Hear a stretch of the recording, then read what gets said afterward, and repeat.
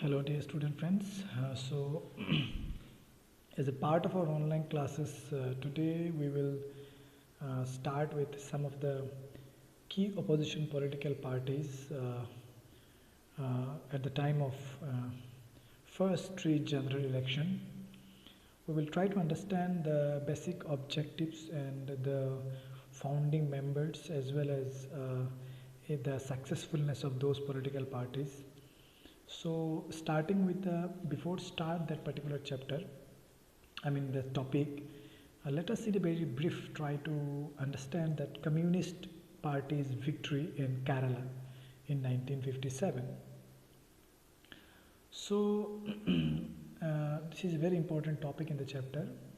So, Communist Party of India, which contested the election in 1957 in Kerala, and out of 126 assembly seats, the party secured 60 assembly seats, and the result was that at that point of time, its leader E.V.S.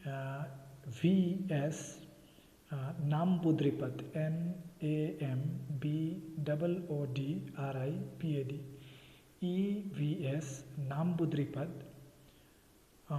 who was the leader of that particular Communist Party in Kerala. So the governor asked the leader to form the government in Kerala, and in this way, with the help of some of the other independent candidates, Nambudripad he formed the government in Kerala. So it was for the first time. A communist party that formed the government by contesting election in a democratic setup. It was first time a communist party formed government within a democratic setup. Throughout the world, पूरे दुनिया भर में ये पहली मर्तबा ऐसा हुआ कि किसी कम्युनिस्ट पार्टी ने डेमोक्रेटिक स्ट्रक्चर के अंदर इलेक्शन खेल के पहली बार सरकार बनाया. So it was happened in 1957 in Kerala when E.V.S. Nambudripad became the first non-Congress chief minister in Kerala. But what happened in Kerala is that it was for the first time the Congress defeated in any of the state election basically. So at that point of time, the Congress party launched a liberal movement in Kerala, whereas it was a communist party, and during the election campaign, the Communist Party promised of some radical progressive changes within the state, that is basically some radical economic changes in the state. So this actually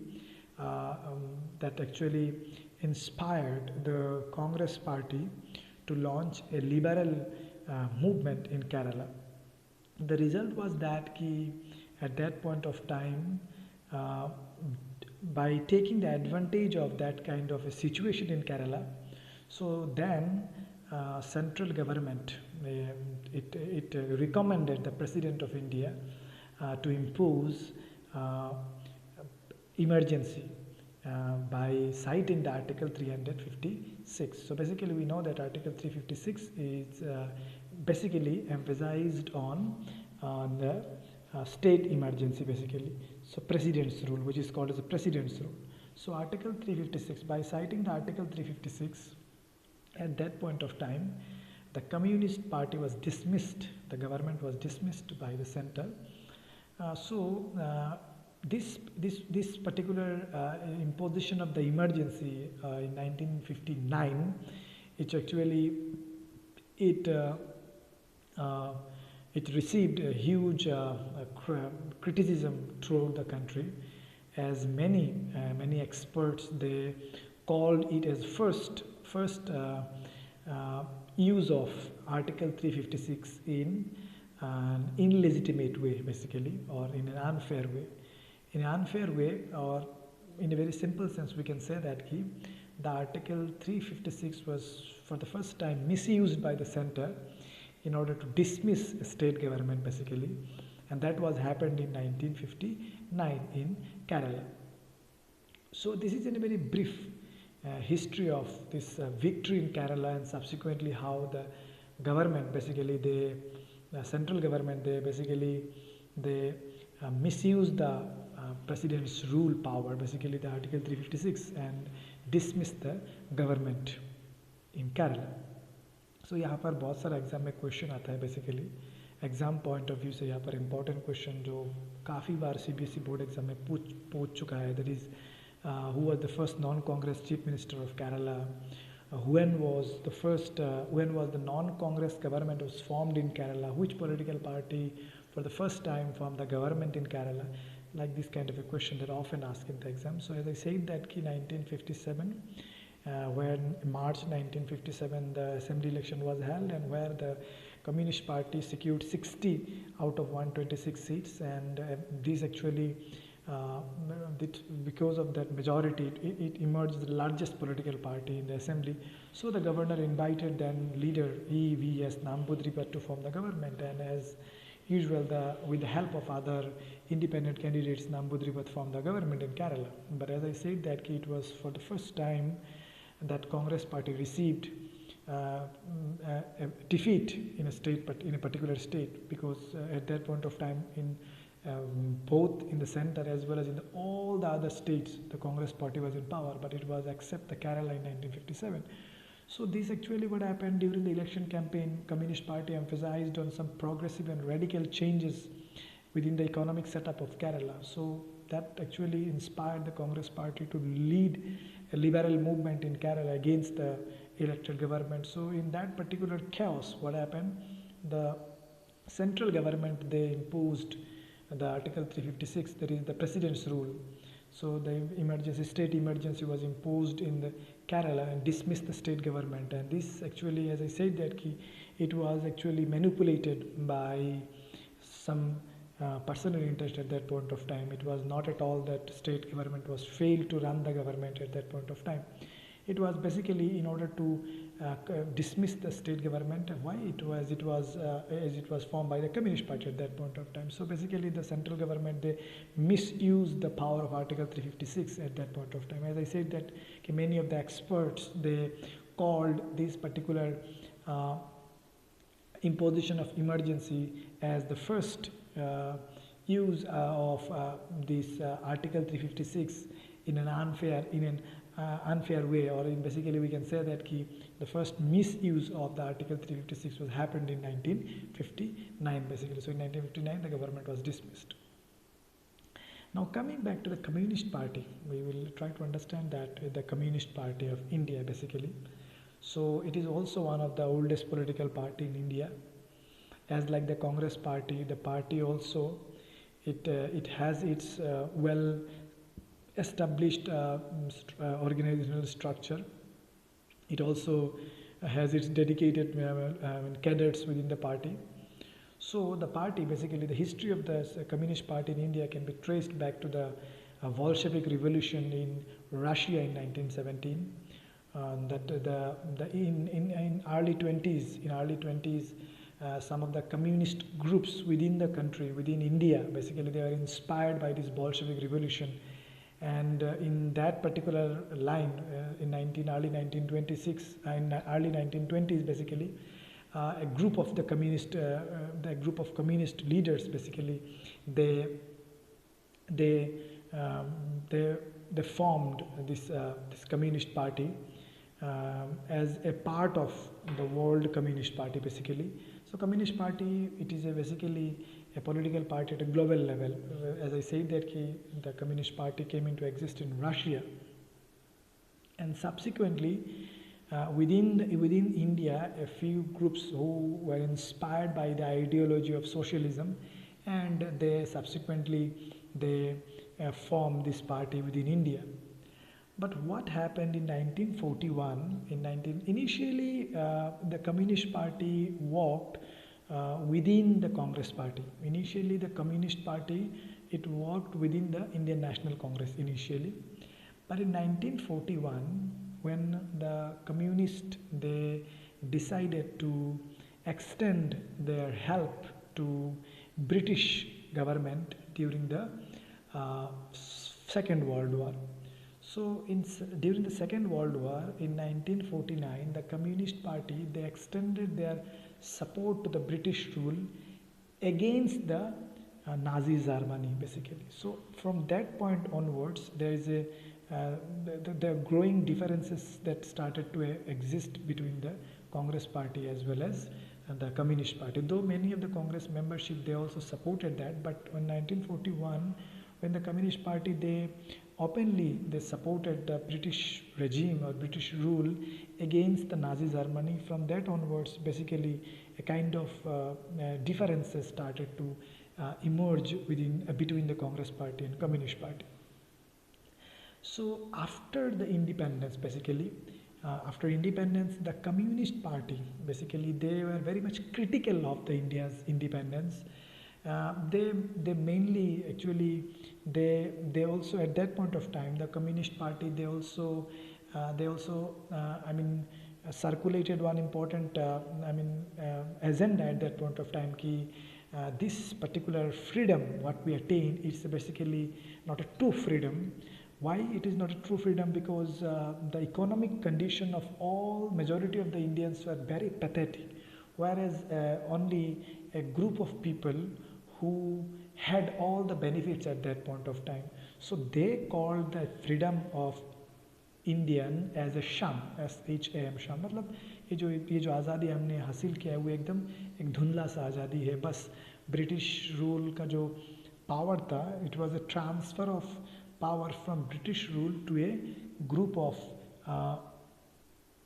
aristocrat people, basically a group of rich people. So उनका मानना था कि during the British rule also majority of the working class peasants conditions were very pathetic, and in transferring of the power from British rule, जब British ने power को transfer किया तभी भी क्या हुआ, पावर उन्हीं लोगों के हाथ में आया जो धनवान थे, जिनके पास था. और वो यहाँ पर भी क्या है, जो हालात था जो वर्किंग क्लास लोग या पीजेंट का वो भी सेम है basically.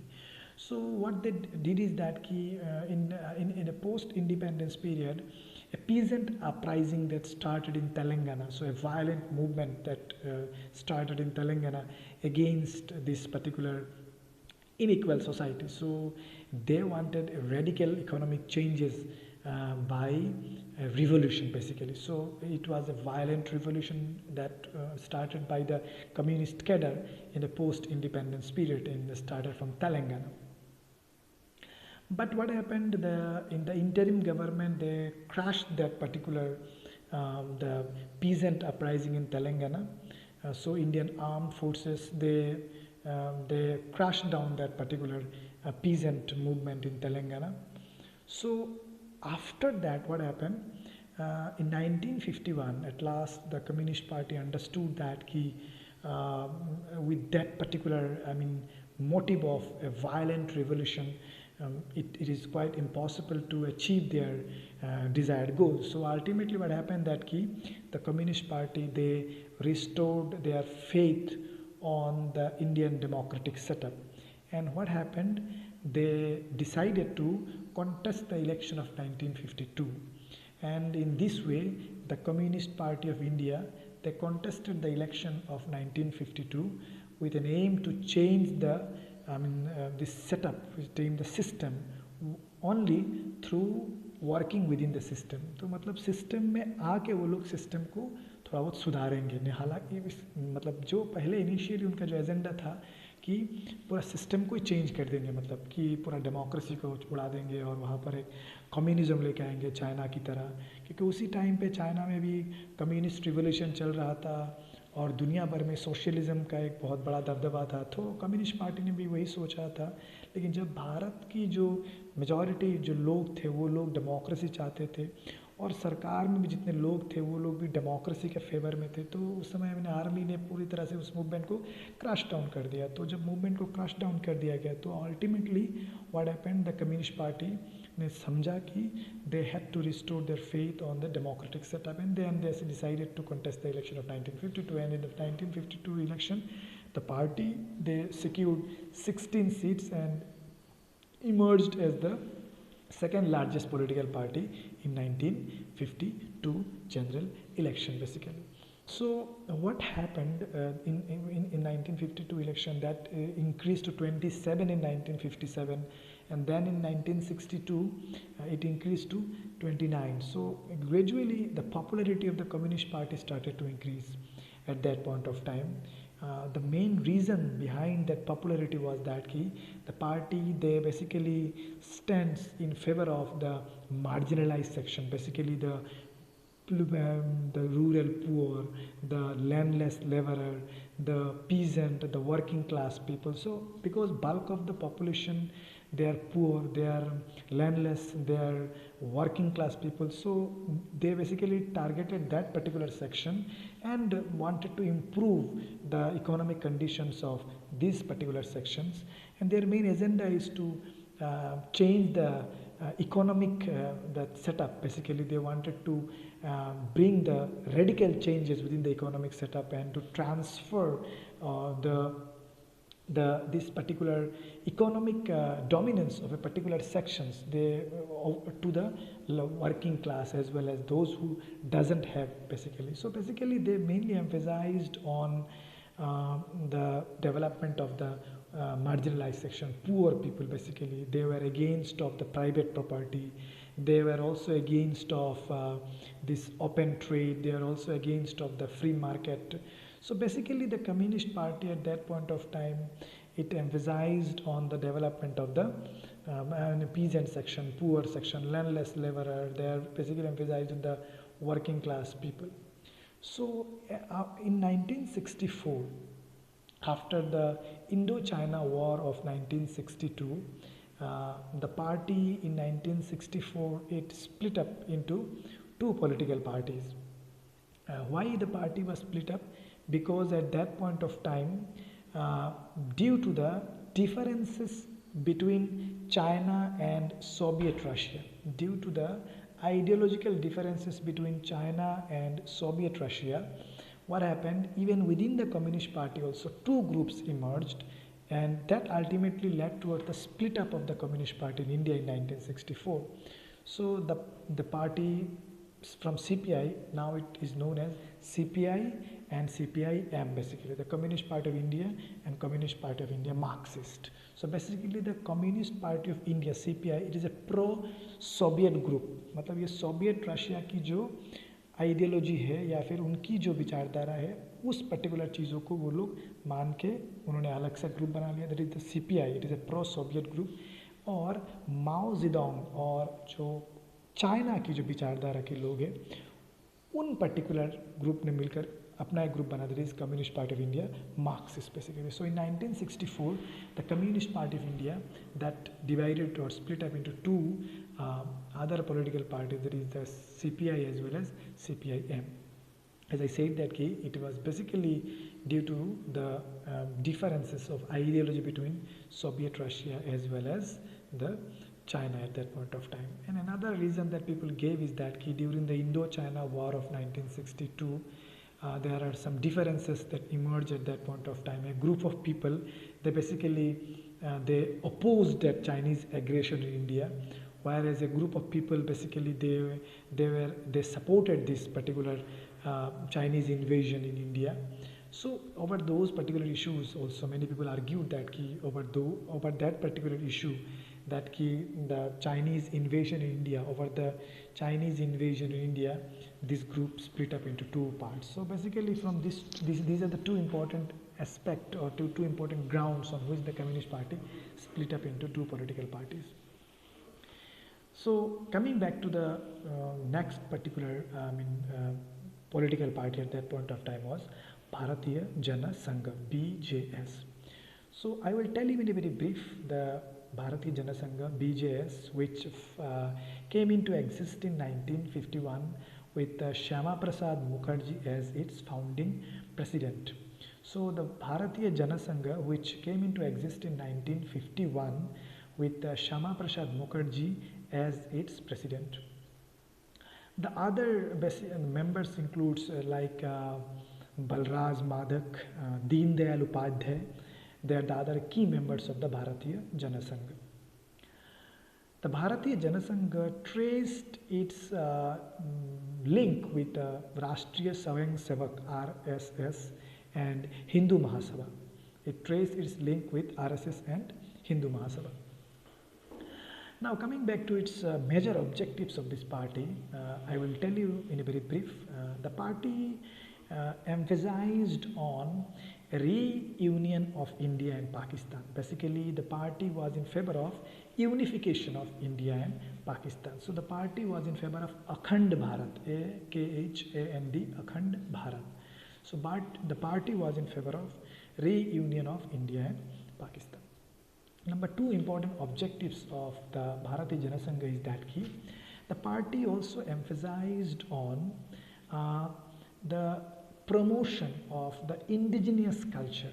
They emphasized on Indian original culture to be prevailing at that point of time. So they basically promotes the Indian this indigenous culture, and they opposed the Western culture basically. So basically they were against of the Western culture and promotion of the indigenous culture. So another objective is the promotion of the indigenous culture. Third important objectives of this BJS includes that the party, this BJS, it also emphasized on what it believes that only by promotion of the indigenous culture, only by promotion of the this local indigenous culture, the India as a whole can be developed only. तो भारत का development मतलब सिर्फ और सिर्फ indigenous culture को promote करके हो सकता है और इंडिजिनियस जो रिसोर्सेस है उसको यूटिलाइज करके हो सकता है. That is what they believes. Another important objectives of this Bharatiya Jana Sangh was they were against of implementation, or they were against of English language as a medium of instruction in the schools, colleges, as well as in other basically the offices basically. So they were in favor of replacing English with the Hindi. So they promoted, as I said, that they promoted local culture, local language. So in that, as a part of that, they were in favor of that Hindi to replace the English language basically. And this particular political party also emphasized on development of India's nuclear energy. So they exerted pressure at that point of time, the government, to develop the nuclear weapon, especially when the China tested the nuclear weapon in 1964. So the Bharatiya Jana Sangh also emphasized on the development of nuclear weapons, as I said that they believes that when China tested the nuclear weapon in 1964, so the Bharatiya Jana Sangh, they exerted the pressure on the government to develop the nuclear weapon. So these are the certain basic objectives of the Bharatiya Jana Sangh. Apart from this, the party also emphasized on, as they are against of the privileges to the minorities, basically the religious and cultural minorities. So they were against of the privileges, especially I am talking about the Article 29 and 30, the cultural and educational rights to the minorities, basically the religious and cultural minorities. So they were against of that particular privileges to the religious as well as cultural minorities basically. So basically the religious and cultural minorities, whatever the benefits they were received under the Article 29 and 30, this Bharatiya Jana Sangh was against of that particular. So these are the certain objectives of the Bharatiya Jana Sangh. Now coming back to another significant political party of that time was Swatantra Party. Swatantra Party.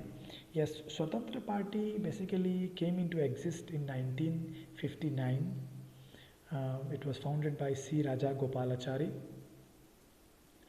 So Swatantra Party basically, who are the other members like K.M. Munshi, as well as Minu Masai, N.G. Ranga, Minu Masai, N.G. Ranga, as well as C. Gopalachari, K.M. Munshi. They are the prominent leader of this Swatantra Party basically.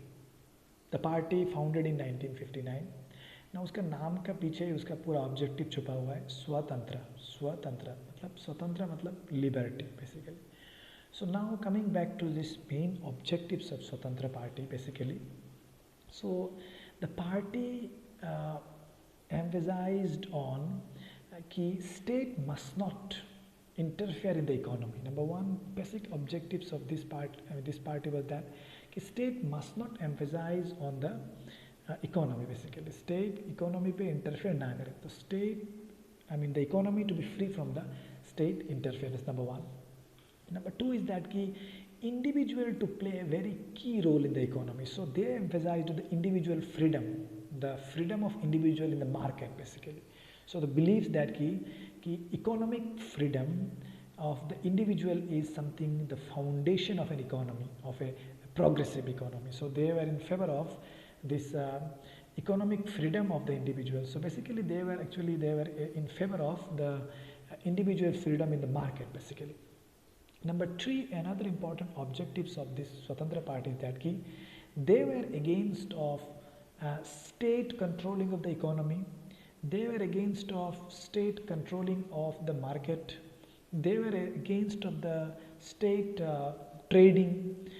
They were against the state role in the cooperative farming, state role in the setup of the industry.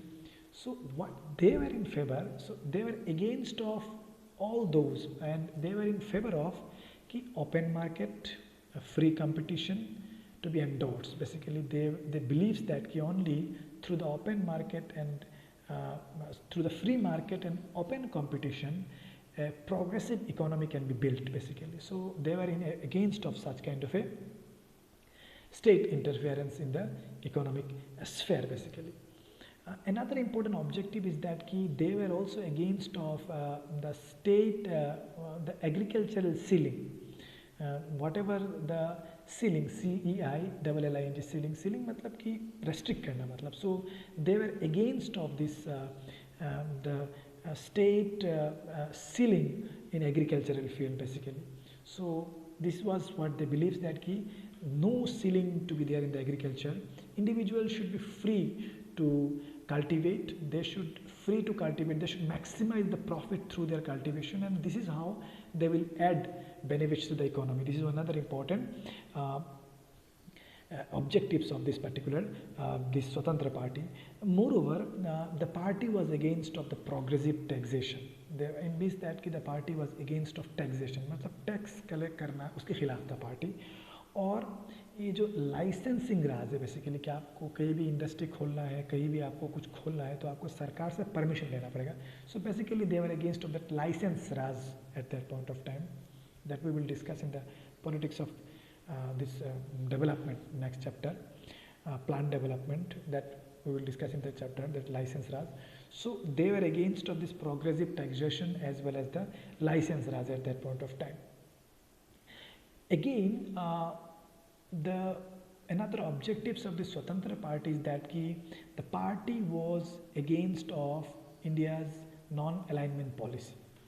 So they believes that India must reject, India must exclude, India must avoid this non-alignment policy, and they must maintain a very key or important or close relation to United States of America. So they were in favor of maintaining a close touch with the United States of America. So they were against of a close touch with the USSR at that point of time. So these are the certain objectives of this particular Swatantra Party.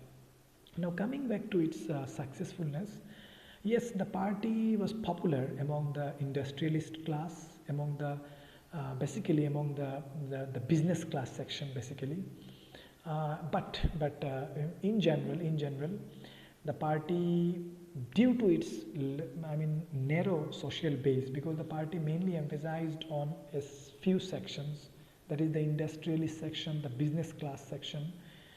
So it because of that narrow social base of the party, in subsequent days the party could not able to attract the voters, and in later days the party that completely abolished, and there is no Swatantra Party right now. So yes, this particular Swatantra Party, it was popular among the industrialist class, among the business section, but the party would not able to attract the majority of the people because of its narrow social base, as it only targeted as sections of the society, while as bulk of the people, those who were poor at that point of time, so they were against of this particular political party. And in subsequent days the party completely abolished. The party was completely inactive in the subsequent period. Now here see Raja Gopalachari, as I said that he was the first recipient of the Bharat Ratna. You must know him, that Raja Gopalachari was the first recipient of the Bharat Ratna. So these are the important political parties, and in the next class we will emphasize on another important political party, that is the Socialist Party, and we will also try to understand the role of opposition political party in democracy, especially in the early days of independence, basically the first regional election, what was the role that the opposition political party played. So this will be the last topic of the chapter. I hope that you understand. If you have any doubt with that particular, any of this topic, you please ask me.